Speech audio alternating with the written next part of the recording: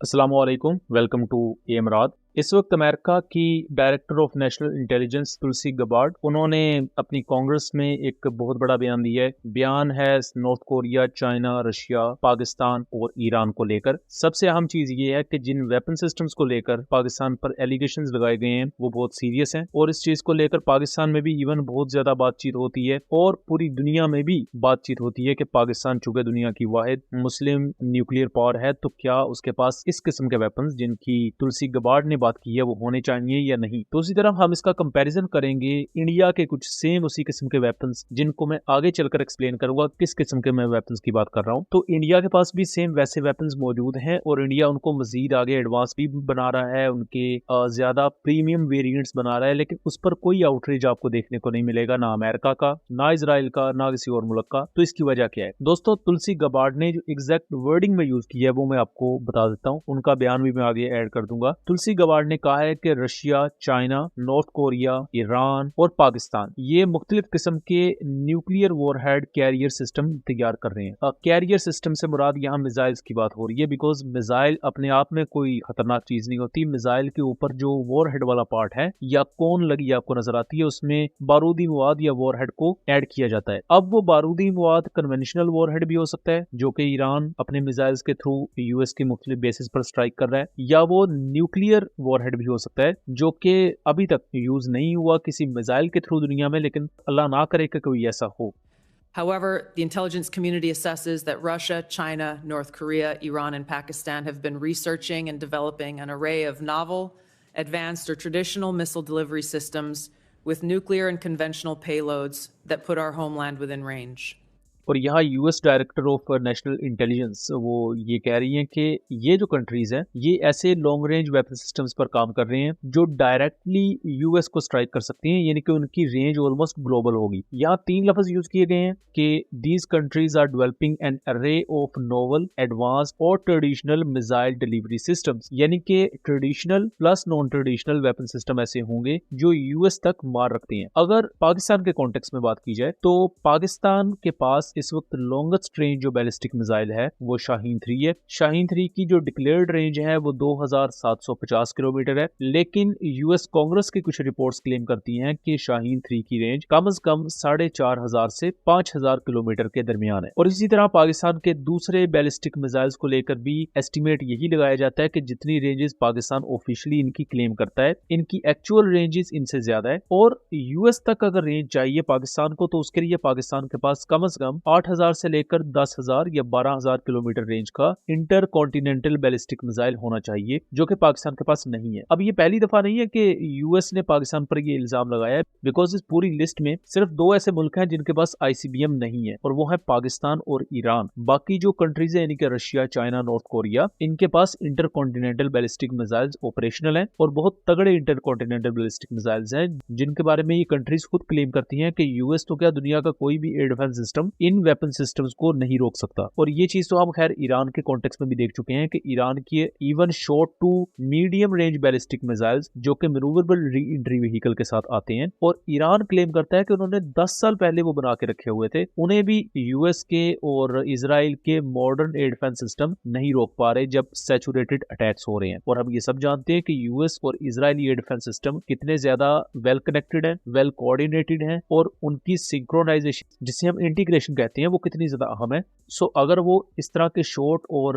Medium range के ballistic missile को नहीं रोक पा रहे तो एक हाई टियर के इंटर कॉन्टिनेंटल बैलिस्टिक मिसाइल को रोक पाना, जो कि हाइपरसोनिक स्पीड से भी ऊपर का अगर कोई दर्जा या कैटेगरी बनाई जाए तो उस स्पीड पर अगर वो ट्रेवल कर रहे होते तो उन्हें रोक पाना बहुत मुश्किल होगा। अब जहां तक बात है पाकिस्तान पर एलिगेशंस की, तो इससे पहले दिसंबर 2024 में यूएस ऑफिशियल्स ने एक रिपोर्ट पब्लिश की जिसमें क्लेम किया गया कि पाकिस्तान एक लॉन्ग रेंज मिसाइल पर काम कर रहा है, और उसी मंथ या उससे एक मंथ पहले कुछ चाइनीज कंपनीज पर यूएस ने सैंक्शंस लगा दी, और नवंबर 2024 में अगेन सैंक्शंस लगी ऑलमोस्ट 15 कंट्रीज पर। उसमें कुछ इंडिया की कंपनीज भी थी, कुछ चाइना की कंपनीज थी, और उन पर ऑलमोस्ट इल्जामात मिले जुले थे। चाइनीज कंपनीज पर सैंक्शंस इस वजह से लगी बिकॉज वो लॉन्ग रेंज मिसाइल्स की टेक्नोलॉजी या उसका कुछ डाटा पाकिस्तान से शेयर कर रहे थे, ज्वाइंट शेयरिंग जिसे हम कह देते हैं, ज्वाइंट रिसर्च एंड डेवलपमेंट के कॉन्टेक्स्ट में हम जिसे कह देते हैं बात। और इंडिया की कंपनीज पर सैंक्शंस इस वजह से लगी बिकॉज बिकॉज वो रशिया के साथ टेक्नोलॉजी शेयरिंग कर रहे थे। लेकिन यहाँ सबसे ज्यादा आउटरीच जो आपको देखने को मिलेगा वो पाकिस्तान के मामले पर है।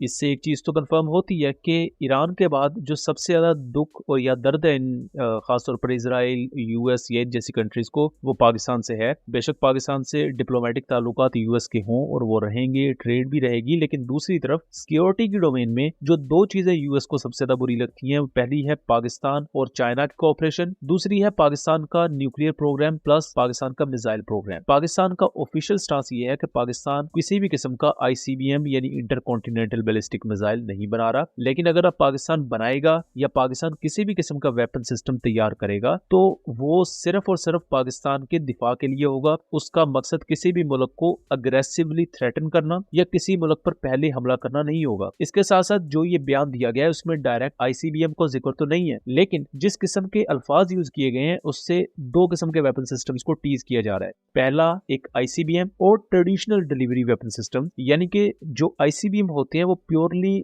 न्यूक्लियर पर्पसेस के लिए इस्तेमाल किए जाते हैं या न्यूक्लियर वॉरहेड को कैरी करने के लिए इस्तेमाल किए जाते हैं। ट्रेडिशनली जो ज्यादातर आजकल प्रीमियम वेपन यूज हो रहा है वो है आपके हाइपरसोनिक मिसाइल्स, क्योंकि आपके जो ट्रेडिशनल मिसाइल्स हैं उनमें इस वक्त जो बेहतरीन weapon system all round the world समझा जा रहा है, जिसको हासिल करने के लिए दुनिया की मुख्तलिफ कंट्रीज उसके मुख्तलिफ मेथड्स पर काम कर रही हैं। हाइपरसोनिक मिसाइल्स की भी अब मुख्तलिफ किस्में आ चुकी हैं। तो यहाँ मेरे नजदीक यूएस ने टीज किया है एक इंटरकॉन्टिनेंटल बैलिस्टिक मिसाइल और कुछ अननोन हाइपरसोनिक मिसाइल टेक्नोलॉजी की तरफ। सो अगर हाइपरसोनिक मिसाइल्स के कॉन्टेक्स्ट में बात की जाए तो हम जानते हैं कि पाकिस्तान ने एक अननोन हाइपरसोनिक मिसाइल का टेस्ट किया है, बट यहाँ बात वही है कि पाकिस्तान तो ऑफिशियली हमेशा से ही क्लेम करता आया है कि जो भी वेपन सिस्टम पाकिस्तान के पास होगा, पाकिस्तान एक्वायर करेगा या पाकिस्तान को डेवलप करेगा, वो सिर्फ और सिर्फ पाकिस्तान के दिफा के लिए। लेकिन उससे भी बड़ी चीज आपने ये नोटिस की होगी कि इंडिया अग्नि 5 इंटरकॉन्टिनेंटल बैलिस्टिक मिसाइल ऑपरेशनल रखता है अपने पास। इसके बाद उन्होंने इसका MIRV कैपेबल वेरिएंट सेपरेट बनाया है। फिर एक अग्नि 6 मिसाइल पर वो काम कर रहे हैं जिसकी रेंज 8000 किलोमीटर से ज्यादा होगी, कुछ रिपोर्ट्स के मुताबिक 10,000 किलोमीटर होगी। तो उस पर आपको कभी भी यूएस या इजराइल रोते हुए नजर नहीं आएंगे कि जी इंडिया क्यों बना रहा है। मसला उन्हें किन से है? पाकिस्तान से और ईरान से। हालांकि हम कई दफा रिलीजियस मामलात पर गुरेज करते हैं कि हम बात करें, लेकिन आज के दौर में जिस तरह ये मामला जा चुके हैं, ग्रेटर इसराइल की बात है वो ओपनली हो रही है। इसी तरह यूएस ओपनली कहता है जी इसराइल की तो ये रिलीजियस वॉर है, वो अगर मिडिल ईस्ट के मुस्लिम कंट्रीज पर कब्जा कर ले तो जी ठीक है, कोई इतराज नहीं है। तो आपको यहाँ जरा समझना पड़ेगा कि इंडिया अगर आईसीबीएम बना रहा है तो यूएस को पता है कि कोई नहीं, इनकी हमसे कहाँ लड़ाई होनी है, इनका हमसे क्या फेटिश है। मसला उन्हें आ जाके आता है जी मुस्लिम कंट्रीज से। यहाँ तक कि सीरिया अगर कोई एयर डिफेंस सिस्टम खरीदने लगता है, वो डिलीवरी के time Israel air defence systems पर स्ट्राइक करके तबाह कर देता है। तो आज आके जो मसला है वो जिनसे है वो आप भी समझदार हैं और वो मैं भी समझदार हूँ, मुझे भी पता है और आप लोगों को भी पता है। और यहाँ यूएस जो बातें कर रहा है कि इंटरकॉन्टिनेंटल बैलिस्टिक मिसाइल पाकिस्तान बना रहा है, बना सकता है या बना चुका है, ये मेरा ख्याल है कि यूएस वही एक स्मोक स्क्रीन क्रिएट कर रहा है जो इससे पहले उन्होंने इराक के लिए की थी, ईरान के लिए की थी। अब वो पाकिस्तान, चाइना, रशिया जैसे कंट्रीज को भी इस पूरे दायरे में धकेल रही हैं, बिला वजह का एक सिक्योरिटी थ्रेट अनाउंस करना है पूरी दुनिया में कि जी देखें इनके पास यही है। क्या आज तक चाइना, रशिया, पाकिस्तान इन कंट्रीज ने कोई आईसीबीएम उठा के या कोई मिसाइल उठा के यूएस पर मारने की धमकी दी हो? किसी के पास इतना टाइम नहीं है। हाँ, जो ईरान की वॉर शुरू हुई है वो आप भी जानते हैं, मैं भी जानता हूँ कि वो किसकी ख्वाहिशात पर स्टार्ट की गई। यहाँ तक के अरब कंट्रीज इनकार कर चुकी थी कि ये जंग स्पॉइल करेगी चीजें। फिर उसके बाद यूएस के अपने सिक्योरिटी एडवाइजर्स ओपनली कह रहे थे कि ये जंग यूएस के लिए बिल्कुल भी कोई फायदेमंद नहीं होगी, उल्टी तबाहकुन साबित होगी, और वो हो भी रही है। लेकिन चूंकि इजराइल की ये ख्वाहिश थी कि ईरान के खिलाफ स्ट्राइक्स की जाए, ईरान को एक जंग में धकेला जाए, तो वो अमेरिका कर चुका है और अब उसके नुकसानात इस तरह भुगत रहा है कि स्ट्रेट ऑफ हॉर्मुज बंद है, नेटो कंट्री सपोर्ट नहीं कर रहे और बार बार अब नेटो से भीख मांगी जा रही है कि भाई आके आप हमारी मदद करें, स्ट्रेट ऑफ हॉर्मुज को खुलवाने में मदद करें। और नेटो कंट्रीज कह रही है कि भाई ये रायता आपने फैलाया है, यानी कि यूएस ने फैलाया है, तो यूएस इसे साफ करे। तो एक ऐसी बिलावजह की जंग में यूएस फंस चुका है। अब उसी तरह के फेक सिक्योरिटी थ्रेट्स वो क्रिएट कर रहा है पाकिस्तान के नाम से, चाइना के नाम से और रशिया के नाम से। लेकिन अगेन पाकिस्तान के पास लेट्स सपोज अगर इंटरकॉन्टिनेंटल बैलिस्टिक मिसाइल्स हैं भी और पाकिस्तान ने वो अपने दिफा के लिए रखे हैं और किसी मुल्क को उससे खतरा नहीं है, ना पाकिस्तान उससे किसी को थ्रेट कर रहा है, तो उस पर बिला वजह का सिक्योरिटी थ्रेट क्रिएट करना ये मेरे नजदीक एक पूरे रीजन को डिस्टेबलाइज करने वाली बात है। प्लस ऐसी सिचुएशन में जहां मुख्तलिफ जंगें ऑनगोइंग है, उस दौरान एक नई इस तरह की शुरली छोड़ना, इससे आप अपने कुछ डर्टी पॉलिटिकल ऑब्जेक्टिव्स को वक्ती तौर पर अचीव कर सकते हैं, बट लॉन्ग टर्म में इसका कोई फायदा ना यूएस को है, ना ही दुनिया के किसी भी दूसरे कंट्री को। सो दोस्तों, ये था एक एनालिसिस। उम्मीद करता हूँ चीजें क्लियर रही होंगी। वीडियो पसंद आई हो तो इसे ज्यादा से ज्यादा शेयर कीजिएगा ताकि इस तरह की मजीद इन्फॉर्मेटिव वीडियोस हम आपके लिए लेकर आ सकें। मिलेंगे अगली वीडियो में, तब तक के लिए अल्लाह हाफिज।